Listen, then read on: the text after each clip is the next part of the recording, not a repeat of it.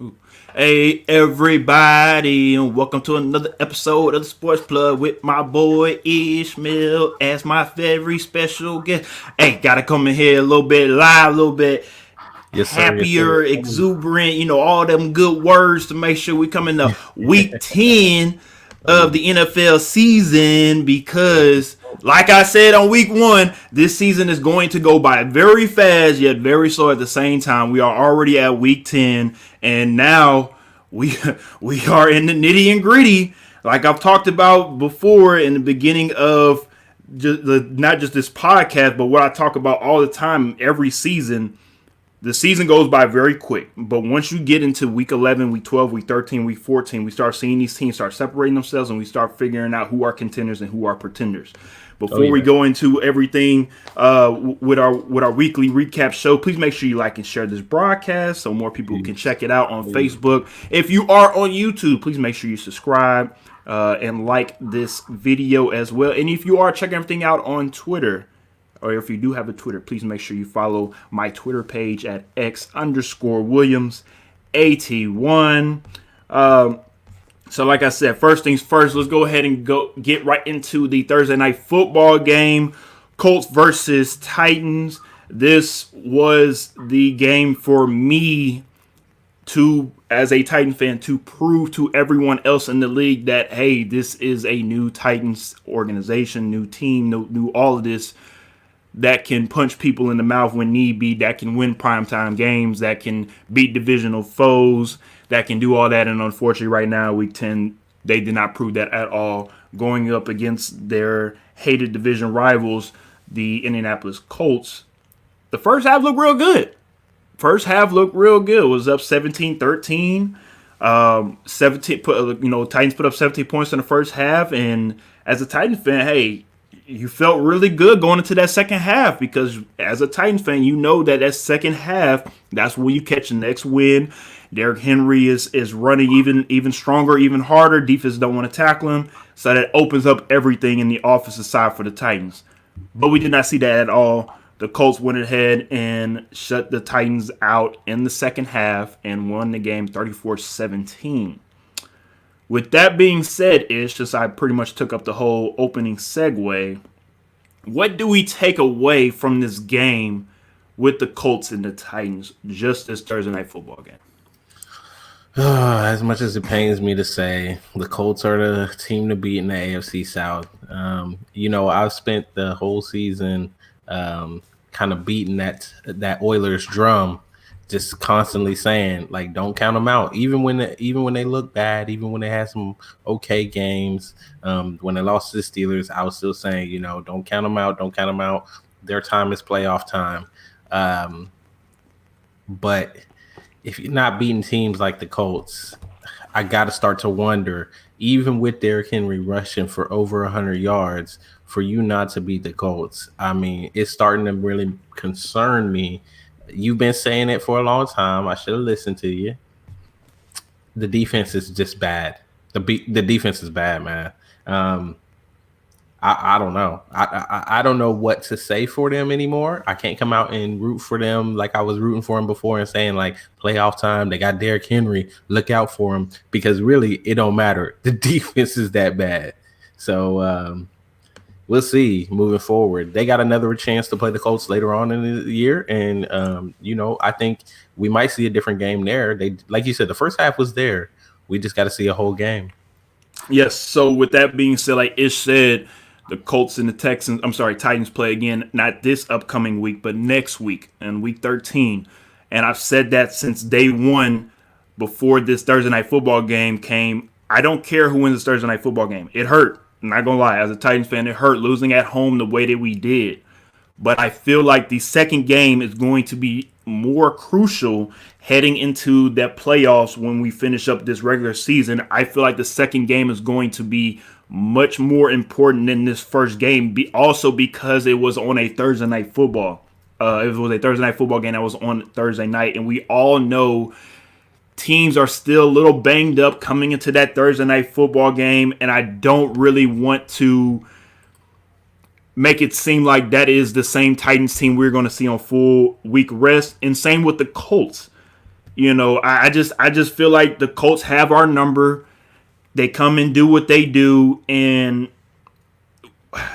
it pains me to say this, but we can beat the Ravens, we can beat the Patriots, we can beat the Chiefs, but it doesn't mean anything if we're not beating who we need to beat in the regular season for everybody else around us take us seriously. We see the Chiefs, they take care of business. We see the Patriots, when they had Tom Brady, they take care of their divisional opponents to make sure that they give themselves an opportunity to win the division and have a home playoff game. So that's something that the Titans, if we want to take them seriously in Week 15, you have to do what you need to do in Week 13 and beat the Colts, and we'll go from there. If the Colts win, it's a wrap. The division is theirs. It's a wrap. Oh, yeah, hopefully we get a wild card spot, but it is the Colts division if they win Week 13. Oh, yeah. Going into the next topic for today, the Eagles versus the Giants. And I don't know about you, Ish, but I am very sick and tired of having to talk about this horrible division. And because at the moment, these four teams at Week 10 have a combined 10-win total. All four teams, after 10 weeks of playing football, have a combined win total of 10 wins. It is very head-scratching.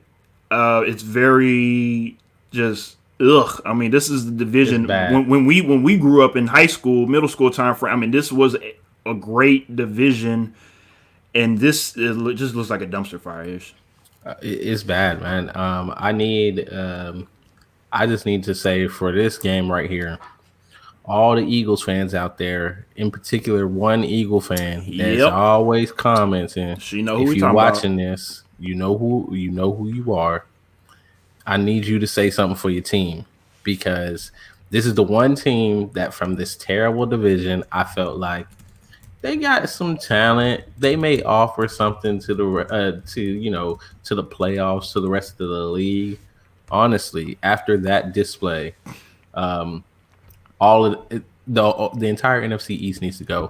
Like all four of them, we need to just get rid of them for right now. Just tell them all go sit in timeout for this year, and we're gonna do the playoffs without you. Y'all don't even deserve it. Just be over there, because for the Eagles to lose to the Giants, I'm sorry, that's horrible. Like, I don't care if it's a division game. I don't care anything about that. No Saquon Barkley, none of that. You lost to the Giants. Y'all want to talk about who y'all have hurt? I don't want to hear it. Did you see Daniel Jones out here for another rushing touchdown? We're about to start calling him Lamar Jackson. Boy, look, the Eagles out here making Danny Dimes Jones look like the second coming of Aaron Rodgers, Lamar Jackson, all of that put together. So I don't want to hear anything else anymore from Eagle fans talking about what they gonna do this year, what they gonna do in the future. We really don't care, honestly. Y'all might win six. Y'all might win the division, but you might only win 6 games and limp out of the playoff. Because whoever y'all play in the first round, you're not gonna beat them. Nope. You're not. Don't even think about it. Oh, we're gonna pull up the Epson. You're not. Nope. So you don't even have a chance. Woo, it's real ugly in Philadelphia, and who knows, maybe next year they can turn it around a little bit over there. All right, Jacksonville versus the Packers, and this game pretty much went the way that everybody assumed that it would go. Jacksonville did come out with a quick lead over the Packers early in the game, but of course, Aaron, that bad man Rodgers, went ahead and did what he needed to do and take care of the little pussycats we call the Jaguars. And how do we look at the Packers moving forward in the NFC North? Are they pretty much solid when it comes to taking that division? Do we see the Minnesota Vikings maybe taking a step into that Packers direction of trying to, I guess, make a second half surge as we see what the Dolphins doing with the AFC East? No, I don't think so. I think the Packers have this division. It's theirs to lose. Only if they decide that they don't want to be consistent and want to make it interesting, then they may lose the division, but it's theirs to lose.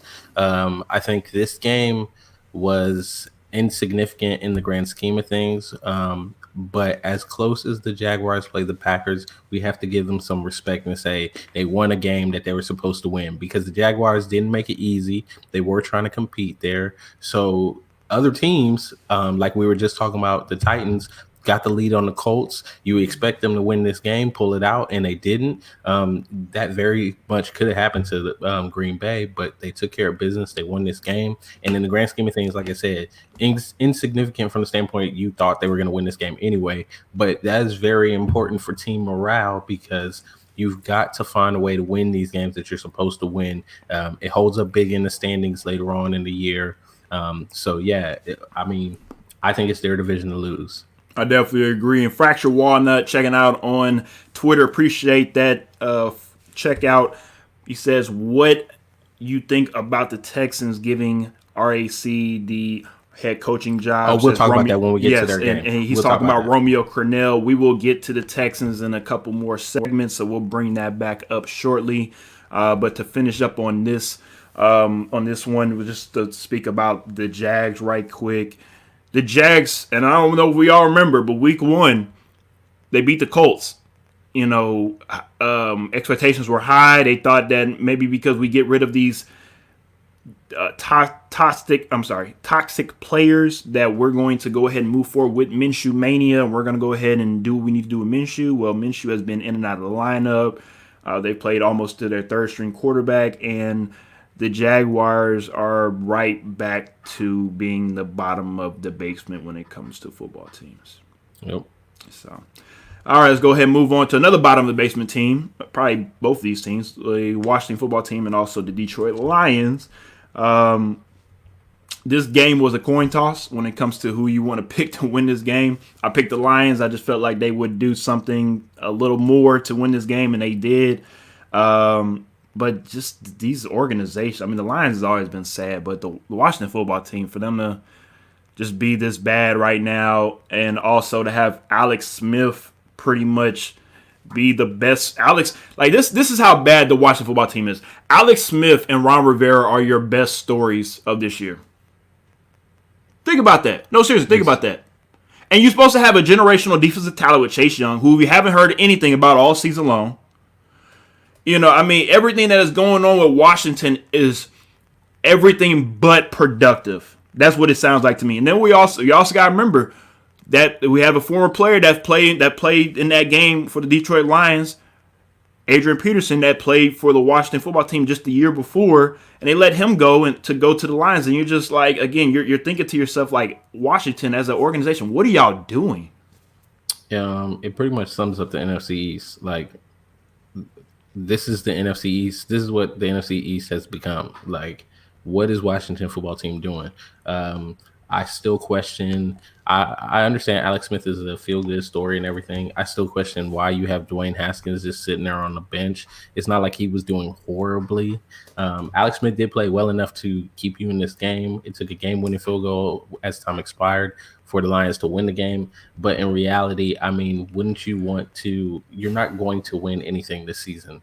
So why not find out what you have in Dwayne Haskins? Let him play the season out. And also, you can probably get some – help him build trade capital, right? Even if you don't want him at the end of the day, you may actually be able to build some trade capital by allowing him to play and show what he has. Because if teams are only going off of what they saw earlier in the season, you saw what happened at the trade deadline. Nobody wanted him. Yep. So this right here with Washington just sums up the NFC East. Nobody over there knows what they're doing. Everybody just out there just putting team out. They just think we're going to put 22 people out there to play the game and we'll just see what happens. Like, that's how I feel. That's how I feel the NFC East is right now. The Lions, I don't have anything particular to say about them.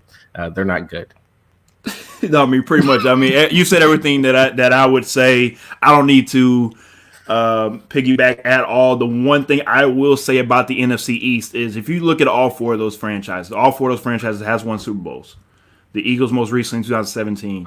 And for all four of those franchises just to look the way that they look, here's the thing. Their fan base are so loyal that they're not going anywhere. They can go 0-16 for 5 years straight, and they're still all those four teams are the Cowboys, Eagles, even with the Washington football team, even with the name change, you still see Washington football team members, fan members still rooting for that organization. So with that being said, they'll be fine. They'll just got to get their stuff together. They'll be fine. All right, on to the Texans and Browns.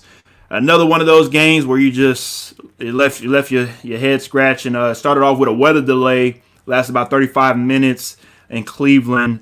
And to be completely honest, it should have lasted about another 3.5 hours because the way that game was played, 7-0 going into the first half. I'm sorry, going into the second half. I apologize. And the final score was 7-10. The reason why it was even 7-10. I think it was 3-0 going into. My bad. I apologize. You're correct. You're correct. 3-0. Yes. Three. Yes. Oh, yes. I was trying to get on the benefit of the doubt for 7 points. No, X. You being way too nice to both of them. I think the Browns are like the Bears in the NFC. For me, they somehow have a 6-3 record, but they're imposters. We all know that they're imposters. My goodness. They are terrible. They shouldn't. I mean, they got lucky that they were playing an even worse team in the Texans. And real quick, let's address. Yes, let's go ahead and bring that comment back up. Because anybody that thinks that Romeo Crennel should get the position of head coach with the Texans, just watch this game and tell me that you really think that he should have this job. I don't care what the players are doing. I don't care if you feel like you don't have enough talent on that team. The job of a head coach is to get his players to perform. And for this team who has a player in Deshaun Watson who is honestly having a career year with losing DeAndre Hopkins, for them to go out and only score 7 points against the Browns, like, get out of here. I'm done with it. Romeo Crennel does not deserve this position. We shouldn't be having that conversation. He needs to be out of there. We need a totally new coaching staff in there. I'm telling you, get Eric Bieniemy so that you can get somebody who's going to capitalize Deshaun Watson in what he can do, because he's having a career year and you're losing games, and it's just going to be another player that has been drafted by the Texans that their career is going to die here in Houston. It's crazy to watch it. It's sad. I mean, I was sick to my stomach watching this game. For it to be 7-10, I mean, Fracture Walden also says Texans need fresh bodies in the coach's office. It's sad. Now, here's the thing.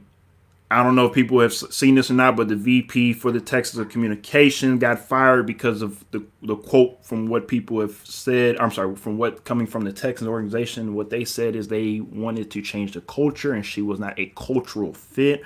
Whatever that means, I don't know exactly what that means, but the Texans as an organization, I'll say this, let me tell you back. Not even just the Texans. Houston sports right now are in such a disarray when it comes to the managerial positionings. It's just like Houston as a city, it's supposed to be the third biggest city after this census, after they count up all the bodies. At least New York as a city, at least they've won championships, right? In all the sports. But with Houston, it seems like they get so close, and when they get close, let's just go ahead and blow it up. We can't get no further, so let's go ahead and blow it up. Or when you do win, you don't keep the teams that you win with. It doesn't make any sense.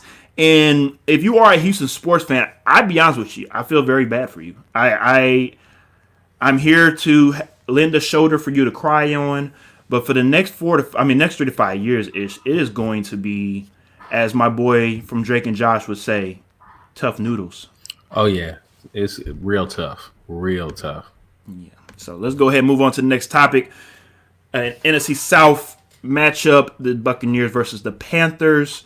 I think this one also went pretty much the way that it was supposed to go, with the Buccaneers winning, but the Panthers definitely did put up a fight, and the Buccaneers kind of came out a little sluggish due to the 7-hour flight delay that they had to deal with going to Carolina. But all in all, they put up 40-plus points. Are the Buccaneers back on track moving into the second half of this season-ish? I mean, possibly. I can't take too much from this game, because as well as Carolina has played in some of these losses, they are still 3-7. So I can't take too much from this game and say, yeah, they're definitely back on track. I still want to see a little bit more. I want a little bit more time to analyze the Buccaneers. Their defense, I can say, is pretty legit. Their offense, I do want to see just a little bit more with all those weapons and how they gel together. Um, you got to feel some type of way for the Panthers because Christian McCaffrey missed that game. It sounds like he's going to miss the next game as well. You got my man, what's his name? Teddy Bridgewater got hurt. Yes, but they're saying he's okay. He probably going to play next week. I mean, the Panthers, it just feel like this is just not their year. Like this is, to me, it's kind of like the 49ers. Like, all right, we've been having some injuries. Let's just kind of pack it up this year. It's gonna be all right. We've shown enough that we have something to look forward to in the future. With the Buccaneers, you did what you were supposed to do. Another win where you came through. You did exactly what everybody expected. You even got Mike Evans some touches. You got Chris Godwin some touches. I mean, overall, it looked pretty good. I just want to see it against better competition. I agree. Because that beating from the Saints is not going away. Like, that beating right there, that's going to stick in the minds for a long time. Now, let me come back with that beating from the Saints. I'm happy that you brought that up because, like I said last week, and just yesterday, we saw what happened with Drew Brees getting hurt. Football is a week-by-week basis type of sport to where does the NFC South as a whole changes with Drew Brees being out for these next 2 to 3 weeks. Right now, timetable is saying that Drew Brees is supposed to be out for the next 2 to 3 weeks. But depending on how he heals, he is an older guy in his 40s. He might not heal, as fast as if he was a 25, 30-year-old. So we have to wait and see how that injury affects him moving forward because, of course, Jameis steps into the starting role. I don't think he has the Teddy Bridgewater success as Teddy did last year with the Saints because also I just think Teddy Bridgewater is a better quarterback than Jameis Winston. But we gonna wait. We gonna have to see with these next 2 to 3 games how Jameis looks. If he looks like crab legs, throwing interception, Jameis Winston, then it's not a good look. But if he goes in there and he gives the ball to Mike Evans, gives the ball to Kamara, don't turn the ball over, the Saints should be fine when Drew Brees gets back into the starting helm. Yeah, they should. We'll see. I do think that injury may affect who wins the NFC South.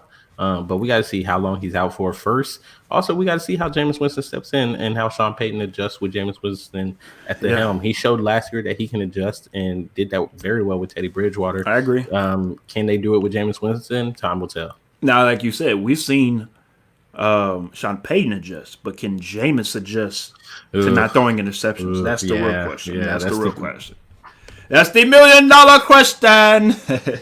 All right, next topic: Chargers versus the Dolphins, and I'm happy that this game went the way it went. What I mean by that is the Dolphins.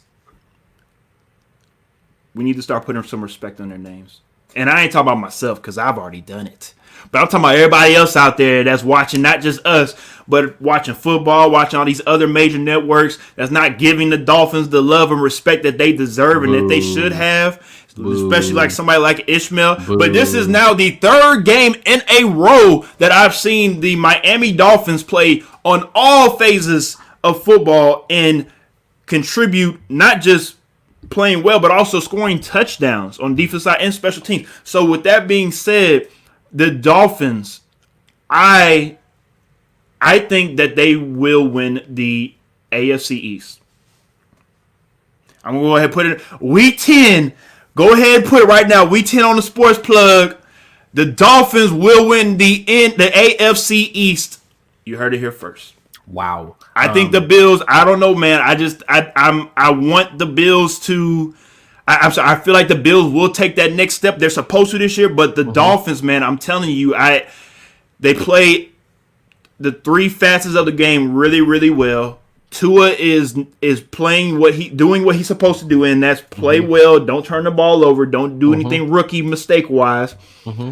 And I believe in the Miami Dolphins. Now, the only thing I'm scared about is when it's December time and it's 70 degrees in Miami and it's 10 degrees in Buffalo, and you might have to play a playoff game in Buffalo. That is what I'm worried about. And I know that's something that you're going to speak on, so go ahead and... Yeah, my man, You crazy. First off, they beat a team that's 2-7. Now I'm gonna be consistent and say, hey, they won a game that they were supposed to win. You're right. It was a trap game. Justin Herbert has been playing well. Anthony Lynn is out there. He is coaching the boys up. So it's not a team to overlook, but at the same time, they are 2-7. So you beat a team you were supposed to beat. Congratulations. Tua looked okay. Yeah, he looked good. They won. He's 3-0 as a starter, I believe now. The Dolphins are on a winning streak. That's really good to hear. I think that's great. I do agree with you. They play all three facets of the game really well. They haven't played a real game with Tua at the helm yet. Like they haven't played, to me, in a high pressure, like really important game yet. I haven't seen how he will perform against some of these teams. Also, can I cut you off? Can I cut you off? Go. So the LA Rams do not count. No. The Arizona Cardinals do not count. I mean, sure. I'm just asking because at the moment right now he is 3-0. But beat the LA Rams, and the LA Rams at the moment right now are the divisional leaders. I'm sorry, they are not. I'm sorry. They are not the number 2 right now in that division. So with that being said, it's not like they are beating bad teams in this winning streak. They are beating really good teams. Can you wait? What I'm saying? What I'm saying is not necessarily that those teams are bad. What I'm saying is the games weren't high pressure, because the whole reason why they made the change to Tua is because they were like, let's just see what we have. So there was no pressure on him to win or to lose. But now, as they've started to win more games, and we're getting into like, oh, you're gonna compete for the division, you're gonna compete for the playoff spot. What can you do in the playoffs? I feel like the pressure is rising now. When they play Buffalo, the pressure is rising now. Are you gonna be able to beat them to win that division? So I want to see how Tua reacts and how the team reacts now, being winners and not being these underdogs that they've been the whole time. Okay. And we'll get to that in a second. We want to get to the comments. Greg on YouTube says, I don't see the Dolphins winning the division, but I can understand why somebody would say that, especially at this point. #shock value.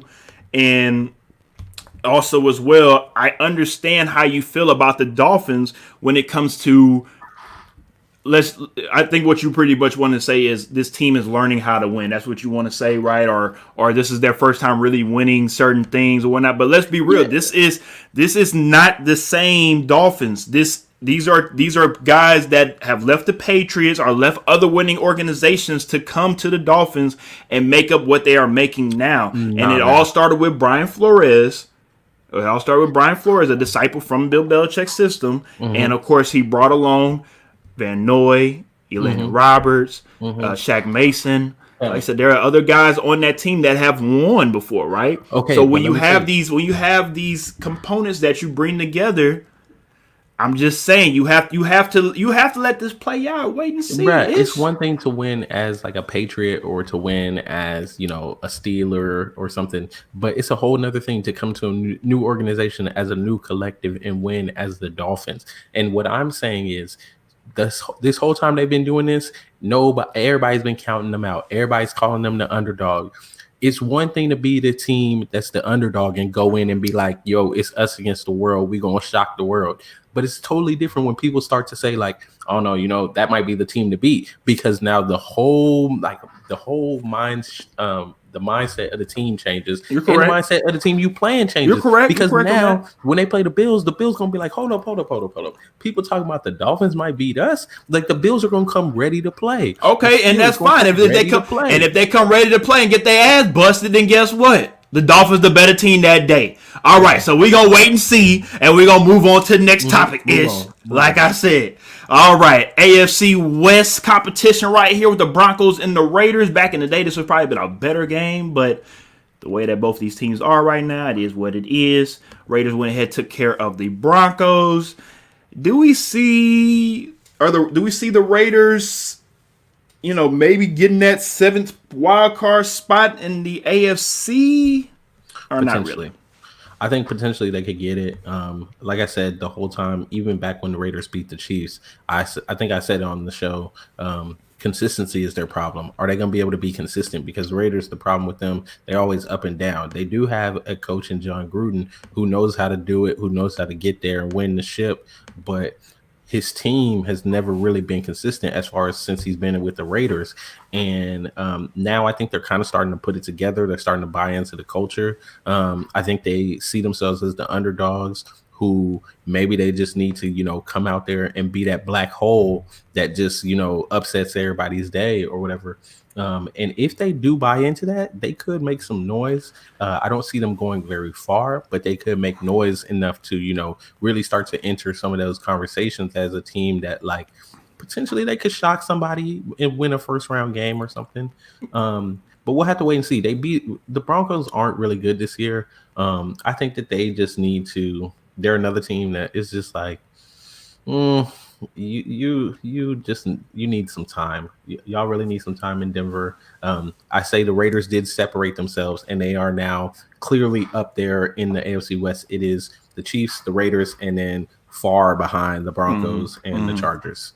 And at the moment, if you look on the little ticker on the bottom, I have the AFC playoff seeding at the moment. Steelers are number 1, Chiefs 2, Bills number 3, Colts 4, Raiders 5, Dolphins 6, and Ravens are at number 7. And just to give y'all a heads up, the Raiders, Dolphins, Ravens, Titans, and Browns right now at the moment have the same 6-3 record. Yeah. Yes, so at the moment right now, this is just what it is, but it will change over the next week, 2, 3. It's going to change. So these are just the standings for the moment. It is what it is. Greg also put up, I don't trust Derek Carr for some reason, but that's just me. How do you feel about him? Ish, you can go ahead and start off with that. I don't trust him. I don't trust him. The problem, because he's not consistent, but the problem is he has had seasons where he has put up really big numbers. So you can't just count him out because he's not consistent, because that's the problem with them. Like we saw against the Chiefs, he's liable to have that one day where he come out slaying that rock and be ready to just light y'all on fire. Yep. So that's what makes them scary, is that it's not like they don't have the pieces. It's just that they're not consistent. So like Derek Carr, I don't trust him to win these big games, but at the same time, I'm skeptical to say like, oh, they're not going to do anything, because he might just come out there real hot one day and light somebody up for 300 plus yards.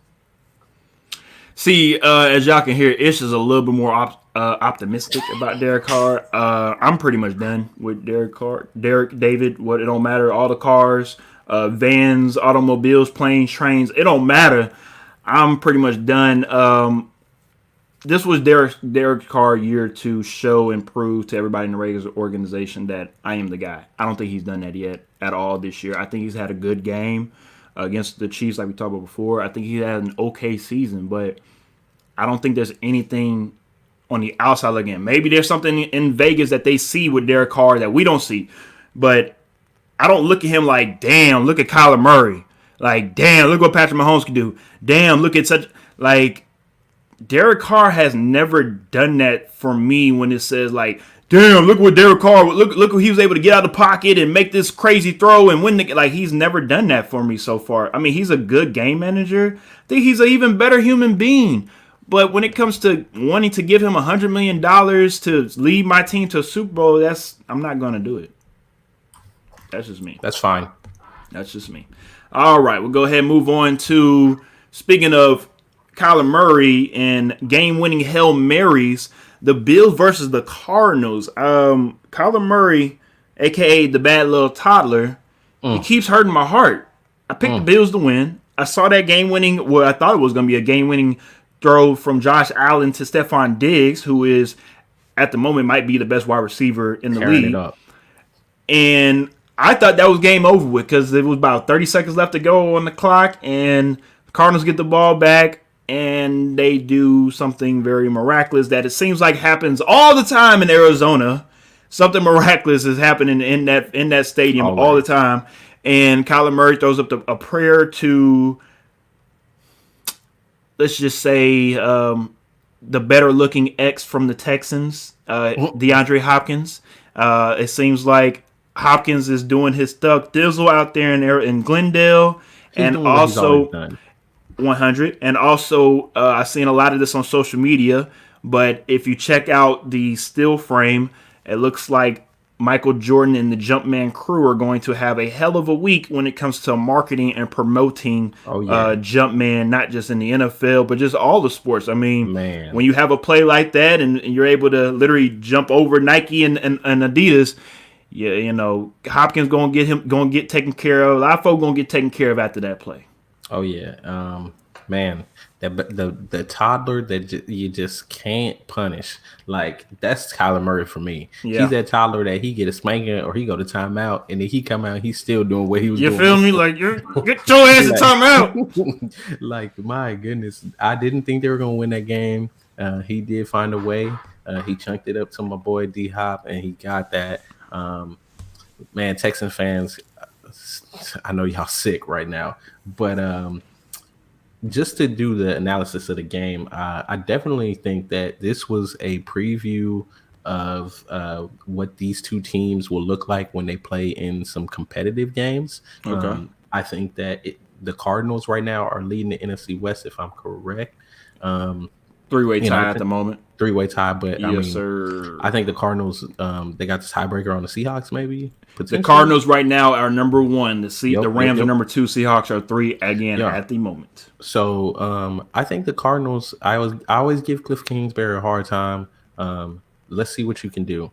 I really want to see it right now. I want y'all to hold that spot and make people have to go through the desert because I don't think if the Cardinals have to go through Seattle, go through Green Bay, that's going to be a fun time for them. So I really want them to hold on to that number 1 spot in the NFC West. But Jalen Ramsey and the Rams might have something to say about that. I agree. Buffalo, this is the reason why I can't go with this Miami Dolphin narrative of Miami winning because Buffalo really should have won that game. They should have. Really, other than that Hail Mary, you would say Buffalo won the game. So, I mean, I just don't see the Dolphins beating Buffalo. I think Buffalo, this is their time. Like, this is their year. They waited patiently behind the Patriots, and now they are stepping to the plate. They are playing great. Josh Allen is playing great in these big games. Like, you can't really say he's had a big game and he just hasn't shown up. Like, he's shown up. It's just, can they find a way to just inch over that and get that win? I agree wholeheartedly. I will say this. Next week, they're on their bye week. After that, they play the Chargers. They play the 49ers. They play the Pittsburgh Steelers week 14. But the game to really be on the watch for is week 17 when they play the Miami Dolphins in Miami. So with that being said, that will determine most likely who wins the division. Yes, sir. So, I believe so. Like I said, I think this is going to go down to the last couple of weeks for some of these divisions, some of these teams, playoff seeding, all that stuff. It's going to be fun-ish. I don't know about you, but it's going to be a lot fun going into the last part of this NFL season. Next topic, 49ers versus the Saints. This game, for the most part, again, went the way that it probably should have went just because of the injuries on the 49ers side. The unfortunate thing about this game, if you are a New Orleans Saints fan, Drew Brees did get injured to where he might have to sit out a substantial amount of time. They are saying 2 to 3 weeks, but I don't know. When I first saw the hit and I saw it happen, I knew the way that he rolled over and kind of got up a little slowly that wasn't a normal injury. And apparently going into that game, he already had, I want to say, cracked ribs going into that game. So with that, the way that hit was, had him getting up and gasping for air, it's going to be very interesting to see how he recovers over these next 2 to 3 weeks to maybe hopefully come back and be the New Orleans Saints starter going into the playoffs. Yeah. I mean, first and foremost, I want to say 49ers fans, I feel for y'all. It's just not y'all's year. That's about it. But for the Saints, like we alluded to earlier, it all depends on how Sean Payton and Jameis Winston make these adjustments to come in and play these games. Jameis Winston looked okay in the time that he came in and stepped in for Drew Brees. But the problem with Jameis is not that he's not a good passer. The problem is he likes to throw these interceptions. Like everybody knows what his kryptonite is. It's like once people start to game plan for him, for some reason, Jameis wants to make these plays that he just feel like I guess he got to force it or what it is, or he proving something to somebody. But he likes to throw those picks. You sure the kryptonite is not crab legs? No, Sure? it's not the crab I'm legs. just making sure. But if he is able to step in there, eat a W. If he's able to step in there, be consistent, do a Teddy Bridgewater, just manage the game, win the game. Nobody's asking you to go out there and be super Jameis. So like, just chill out. Yeah. Then they'll be fine going into the playoffs. They may even win the NFC South and be ready for home field advantage in the playoffs. But if he go out there and try to be super Jameis and start throwing those picks again, well, it could be interesting for y'all in New Orleans. I will say this. Remember, coming into this season, he got that LASIK done, and he said he was going to be able to, see better than ever. At least he didn't throw any interceptions his last game, So again, who knows? We gotta wait and see how. Looks like it's working. Gotta wait and see. All right, Seahawks and Rams. Now this was, to me, definitely very important game. Playoff implications, divisional standings, and the Rams. Like I said a couple weeks ago, man, we got to respect the Rams because they have championship DNA too, as well with the Seahawks. Even though people can make the face I want to. Seahawks have been to 2 Super Bowls. They've won one, they lost one. Oh, yeah, Probably should have won both, but they won one, they lost one. They know how it feels on each side. The Rams went to a Super Bowl with the crew that they have now, and they lost. So they know how it feels to get there and unfortunately take an L. I think the way that this team is made up, I don't think they have the same amount of talent they had with the Super Bowl team going to the Super Bowl. But I definitely feel like with the makeup that they have on the defensive side of the ball, starting off course with Aaron Donald and Jalen Ramsey at the cornerback position, I feel like this defense, veteran wise, is a lot better than it was a couple of years ago.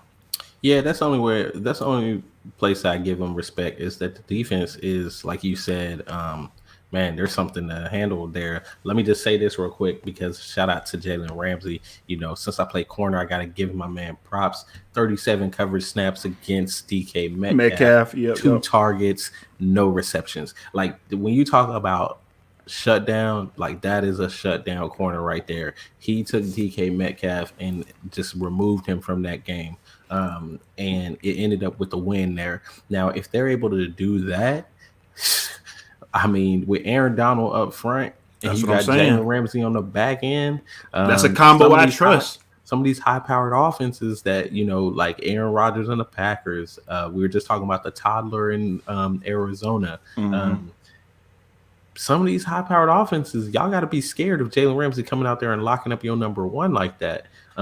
So I don't. The good thing about the Cardinals is they have, of course, a legit number 2, but is a number 1. You feel me? So that would be very interesting to see the Rams. I want to see that game. That's the game I want to see. I agree.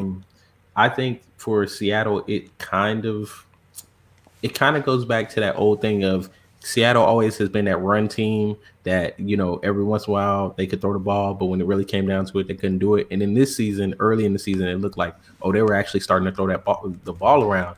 But this game makes me concerned because if you're not able to get the ball to DK Metcalf, does that mean that you're just not able to get this offense going? I think it also as well. I think it puts DK Metcalf come a little bit down to earth because this season his wide receiver profile has blown up a lot because of the great catches, the great play he's done on the field, but mainly because of the way he looks. He looks like a baby version of Megatron or T.O. or however you want to put it. But when a person like Jalen Ramsey does that to you, DK Metcalf, how do you come back? Not just the next day, but the next time you come back and play them again. Because I'll give one good example. Mike Evans and Lattimore for the Saints. I don't know what it is with Mike Evans. I don't know if it's Lattimore is in his head or what, but For the last 3 years, Lattimore has shut down Mike Evans every time they play him in New Orleans, in Tampa Bay, on the moon, on Mars. It don't matter. Lattimore is shutting him down. And with that being said, we've seen guys like a Hopkins and Jalen Ramsey when they're in the AFC South go back and forth at it. Like, we've seen matchups where like tit for tat, but it seems like certain matchups like this one, it wasn't one-sided. You feel me? Just it was no games at all. Cindy Wynn says, I still don't trust Jameis as our quarterback. She's talking about the Saints. I know he got laser eye surgery and all, but still.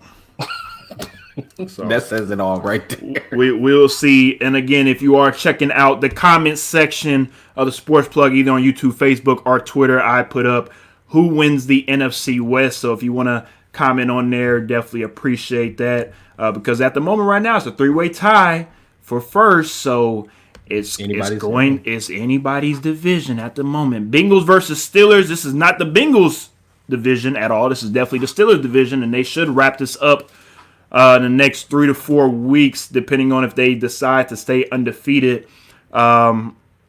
We could take away two things from this game, pretty much, that the Bengals they are who we thought they are. They are good, but they're going to have to wait another 2 or 3 more years, and the Steelers took care of business. The real question with the Steelers is, I want to word this correctly. I'm not saying lose a game on purpose. But what I'm saying is, do you want to have all that pressure going into the playoffs if you are undefeated? Luckily for us, we were alive when the Patriots went 16-0 going into the playoffs. We all know what happened.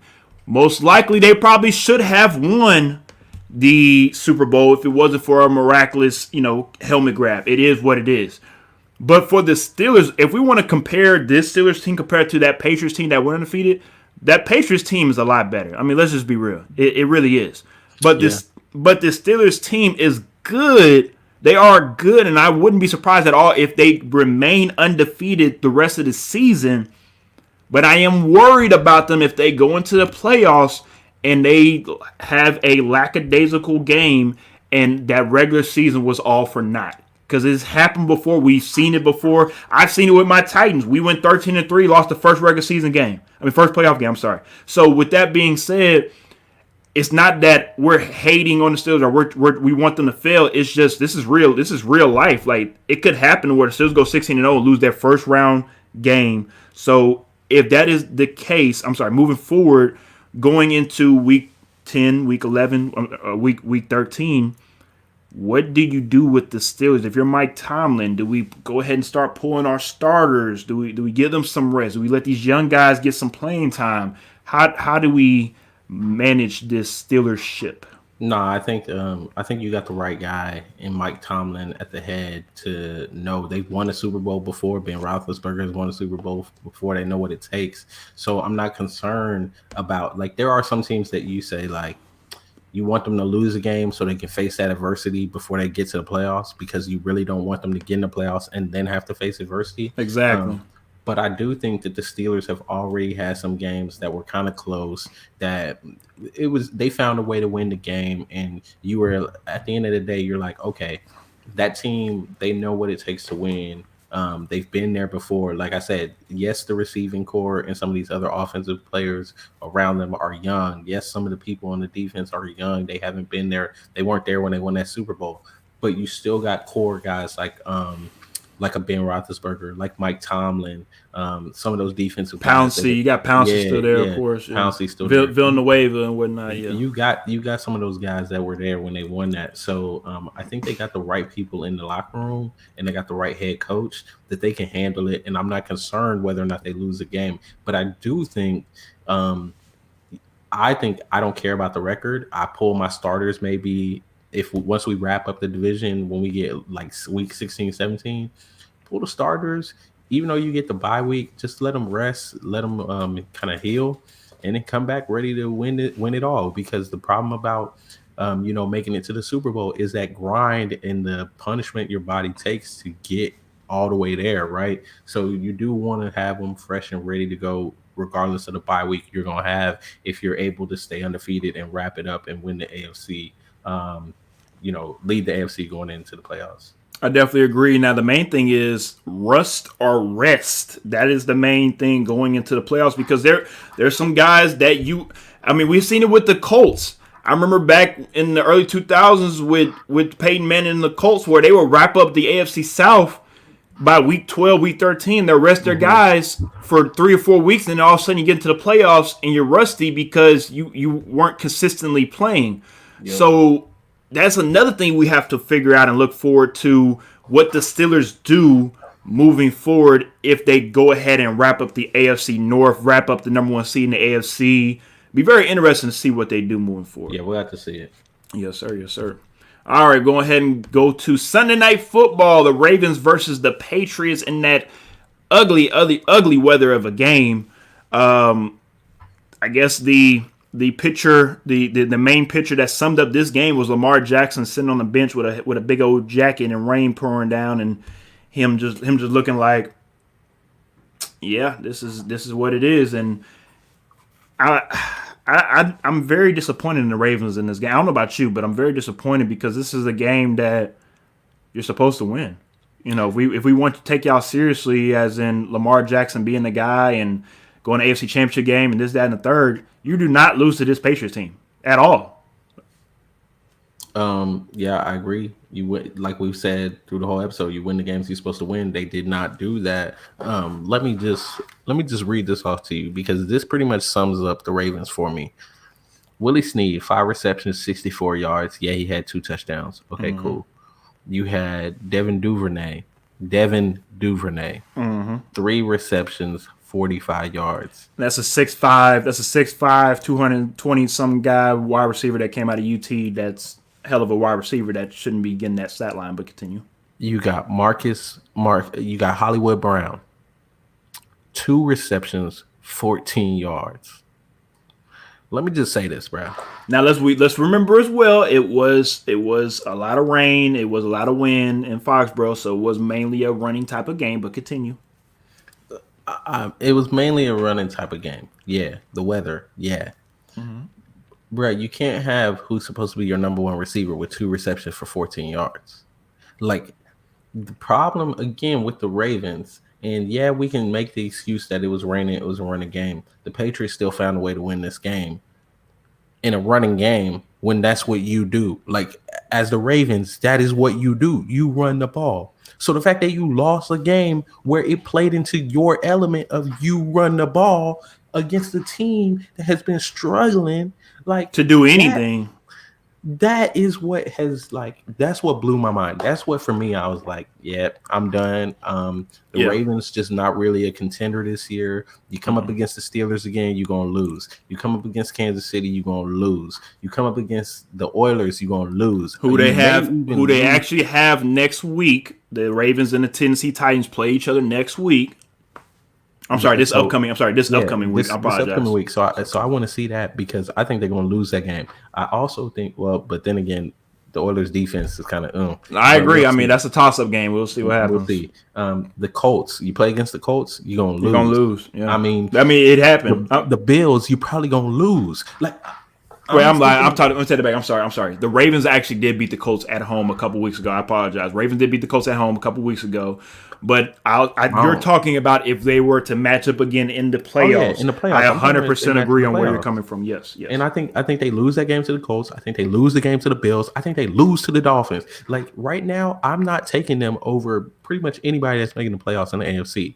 I just don't think that Lamar is going to be able to pull that game out. He's still not showing me that he can do it. Like, he want to throw to the tight ends all the time, but it's just not. That's not going to win you the game. Everybody knows what y'all do. And at the moment, their number 1 tight end is out for the season as well.